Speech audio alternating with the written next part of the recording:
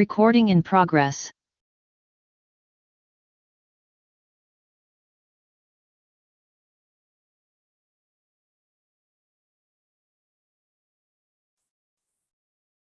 Entonces, recuerden lo que estábamos diciendo. Ya me perdí. Ah, ya. Hemos sacado una muestra de 50. De esas 50, revisando esas 50 tarjetas, 4 no servían. Entonces yo saqué la proporción. ¿Cuánto es el porcentaje de 4 tarjetas de 50? Y me da 8%. El contrato decía que si 6 tarjetas o más, 6%, más de 6% de tarjetas que no cumplen con lo establecido en la norma, se tiene que rechazar el envío. Entonces yo calculo 4 de 50 me da 8. Yo tendría que rechazar ese envío. Y está bien, lo rechazo. Pero ahora hagamos una suposición. ¿Qué pasaría si casualidad que solamente esas 4 tarjetas de la muestra son las únicas que no cumplen con la norma del total de los envíos, que son 4,000 tarjetas? Calculemos cuánto es esa proporción. 4 de 4,000 me da 0.1%. Y con esta probabilidad o con esta proporción o porcentaje, yo no tendría que haber rechazado ese envío, porque es mucho menos que 6%. Entonces, en términos de la prueba de hipótesis, hemos rechazado la hipótesis nula de que el envío cumplía con las normas cuando en realidad debimos haberlo aceptado. ¿No es cierto? Entonces, aquí hemos cometido un error. Al rechazar la hipótesis nula, se incurrió en un error tipo 1, que es la probabilidad de cometer este tipo de error, se llama alfa. ¿Entendieron que por qué se puede cometer un error de rechazar una hipótesis nula cuando en realidad es verdadera?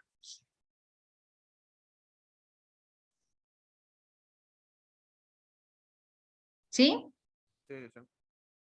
Entonces, como estamos cometiendo, o sea, ustedes no van a hacer un cálculo de este que estamos haciendo si hubiera calculado esto. Lo que van a hacer es determinar el tipo de error. Pero lo que quiero que quede claro es que yo puedo cometer un error al aceptar o rechazar una hipótesis nula. Y ese es el error tipo 1. ¿En qué consiste el error tipo 1?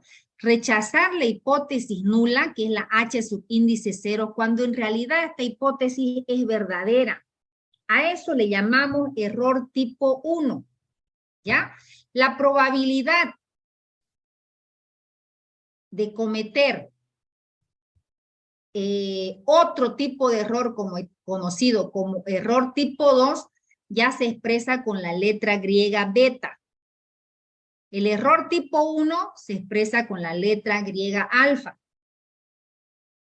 Y cuando existe la probabilidad de cometer otro tipo de error que ya ahora se llama tipo 2, se utiliza la letra griega beta. ¿Y cuál es el error tipo 2?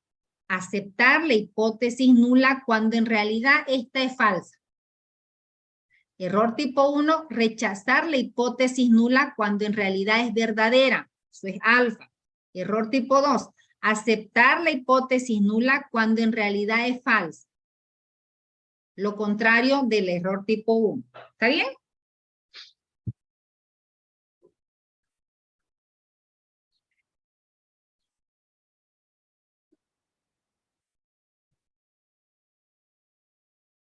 Ahora, veamos si lo podemos entender con el ejemplo.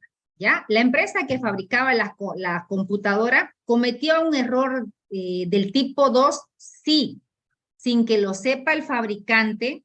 Un envío de tarjetas de Ardaya Electronics contiene 15% de tarjetas que no cumplen las normas y aún así lo acepta. Entonces, este 15% se pasa del 6%, ¿no es cierto? Y aceptó el envío. Entonces, está cometiendo un error. Está aceptando la hipótesis nula cuando en realidad debería ser falsa. ¿Cómo puede pasar esto? Suponga lo siguiente. Supongamos ahora que 2 de las 50 tarjetas no son aceptables. ¿Cuánto es 2 de 50? 4%. Mientras que 48 sí son aceptables. Entonces, de acuerdo con el procedimiento, como la muestra contiene menos de 6 tarjetas, de 6%, fíjense, menos de 6% que no cumplen la norma, yo debería aceptar el envío.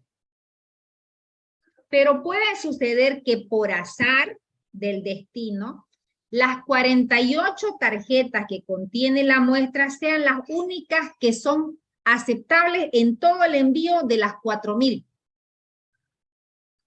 Estamos diciendo una posibilidad.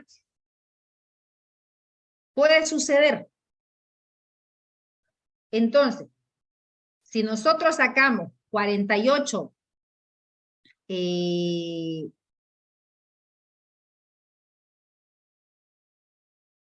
mira, las 48 son las únicas que están bien, y el resto sería que no cumplen la norma. Entonces, resten ustedes 4,000 menos 48, y sáquenle el porcentaje de eso, va a ser mucho mayor que el 6%, y ahí aún así nosotros hemos aceptado el envío, cuando en realidad de las 4,000, solamente 48 cumplían con la norma. Ese es un error que se puede cometer cuando estemos nosotros trabajando con muestras. Podemos entonces incurrir en estos dos tipos de errores. Error tipo 1, rechazar la hipótesis nula cuando esta es verdadera. Y eso, el error tipo 1, su nomenclatura es alfa. Puedo cometer otro tipo de error. Error tipo 2, su nomenclatura es beta. Cuando yo acepto la hipótesis nula cuando en realidad esta hipótesis es falsa. ¿Ok?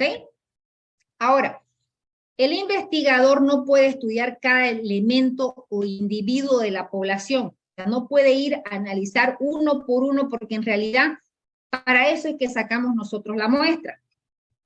Por lo tanto, existe la posibilidad de que se presenten esas dos clases de error. El error tipo 1 y el error tipo 2. ¿Ya? Con frecuencia se hace referencia a la probabilidad de cometer estos dos errores como alfa y beta. Entonces, tenemos hipótesis nula. El investigador no la rechaza y la hipótesis nula es verdadera, ha tomado la decisión correcta. Si la hipótesis nula es verdadera y el investigador la rechaza, comete un error tipo 1. Si la hipótesis nula es falsa y el investigador no la rechaza, comete un error tipo 2. Si la hipótesis nula es falsa y el investigador la rechaza, ha tomado la decisión correcta. ¿Ok? Entonces, eso hay que definirlo en el paso número 2. Los errores que se puedan, o el nivel de significancia de nuestra investigación, que está referido a los errores que se puedan cometer en la investigación. Error tipo 1, error tipo 2. El paso número 3 es seleccionar el estadístico de prueba. Aquí empezamos a hacer cálculo. ¿Ya? Hay muchos estadísticos de prueba, pero nosotros hemos aprendido, acuérdense ustedes, el Z y el T, que lo hemos visto en la anterior unidad. T de student, ¿no es cierto? Y el Z que está en curva, áreas bajo la curva, ¿no es cierto? Entonces, ahora vamos a seleccionar el estadístico de prueba. ¿Pero qué es este estadístico? Es el valor determinado a partir de la información de la muestra para determinar si se rechaza la hipótesis nula. Entonces, la prueba de la hipótesis de la media, cuando se conoce la desviación estándar o el tamaño de la muestra es grande, tenemos nosotros que utilizar el estadístico Z. Cuando no conocemos la desviación estándar, utilizamos el T. ¿Se acuerdan la clase anterior? ¿Y cómo se calcula? Prueba de la media cuando se conoce la desviación estándar de la población es igual. El valor Z va a ser igual al X promedio o el promedio de la muestra menos el promedio de la población dividido desviación de la muestra dividido raíz cuadrada del tamaño de la muestra. Ya lo hemos visto esa fórmula en la clase anterior. Y no es más que el cálculo lo que tenemos que hacer acá. Definir este estadístico de prueba. Podemos utilizar el Z o podemos utilizar el T. dependiendo si se conoce o no se conoce la desviación estándar de la población. ¿Está bien? Ese es el paso número 3. El paso número 4. Ahora aquí tenemos que formular una regla de decisión. Una regla de decisión es un enunciado sobre las condiciones específicas en que se rechaza la hipótesis nula o aquellas en las que no se rechaza la hipótesis. Entonces, la región o área de rechazo me va a definir la ubicación de todos esos valores que son tan grandes o tan pequeños que la probabilidad de que ocurran en una hipótesis nula verdadera sea muy remota. Entonces vamos a tener que construir una campana de Gauss y determinar este estadístico, el valor Z, y definir cuál es mi región de rechazo y cuál es mi región de no rechazo. ¿Ya? Entonces fíjense que en esta gráfica me muestra la distribución muestral de la estadística Z y esta es una prueba de una cola, porque una cola me está definiendo, fíjense ustedes esta derecha, el nivel de significancia. Lo que hay, ¿se acuerdan que calculábamos el área? ¿Ven? Esta área corresponde al 0.05, que es el 5%. Entonces me define el nivel de significancia para esa investigación. Estamos hablando de una cola y esa cola corresponde a la región de rechazo de la hipótesis. Lo demás sería no rechazo.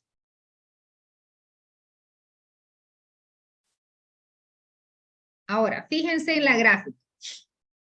El área en que se acepta la hipótesis nula se ubica a la izquierda de 1.65.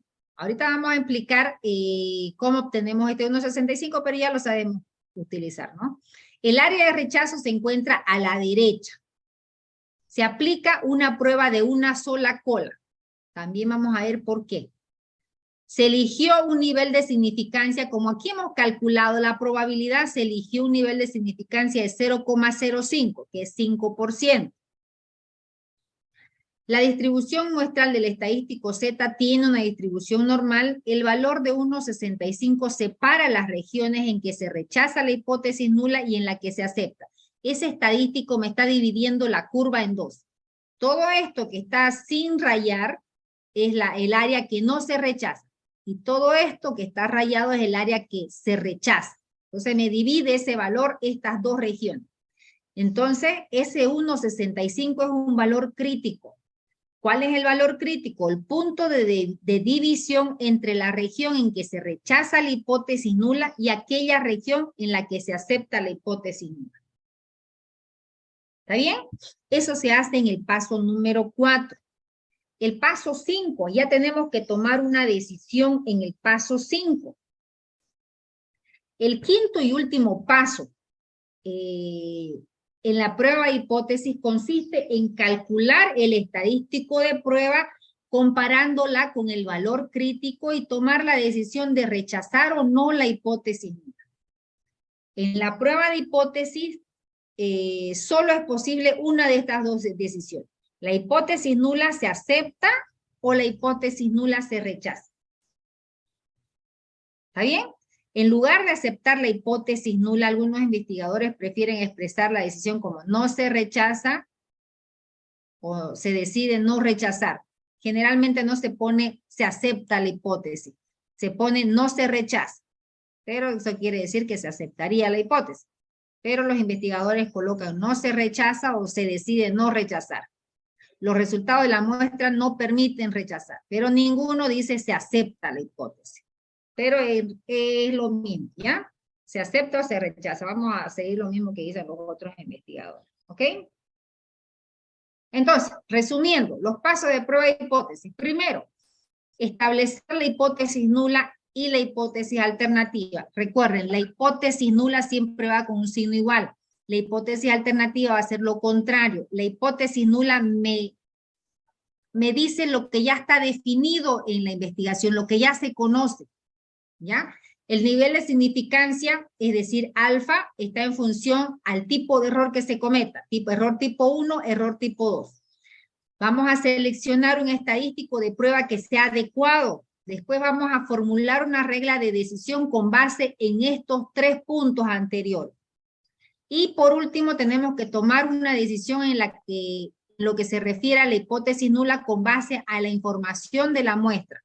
Y tenemos que interpretar los resultados de la prueba. ¿Ok? Entonces, tendríamos ya que hacer una prueba de hipótesis, pero es importante que conozcamos la diferencia entre una prueba de significancia de una cola y una de dos colas. ¿Alguna pregunta, jóvenes?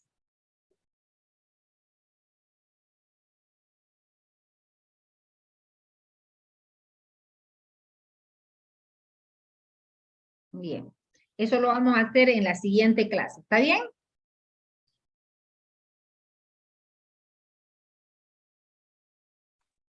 Recording stopped.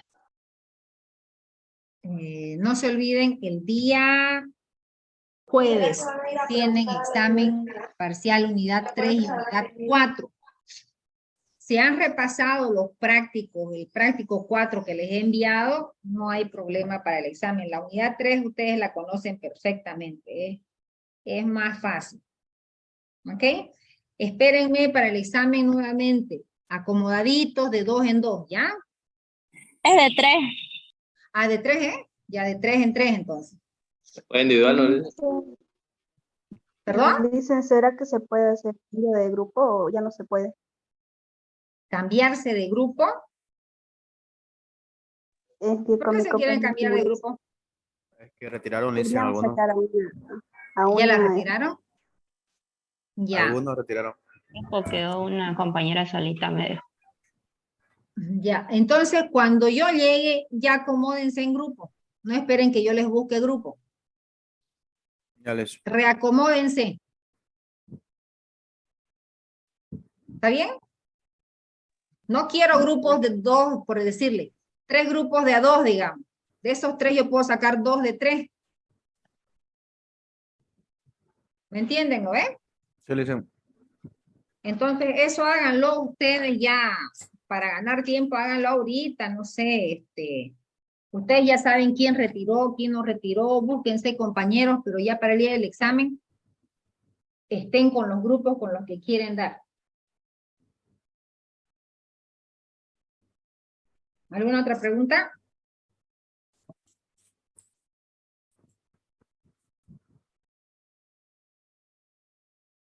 Bien. Bueno, entonces eso sería todo. Nos vemos el día jueves para su examen 7:30 en punto. Ya, que tengan buen día, ¿ya? Hasta luego, le dicen. Chao, que vaya bien, chao. Que le vaya bien. Hola, Ulises. Chao.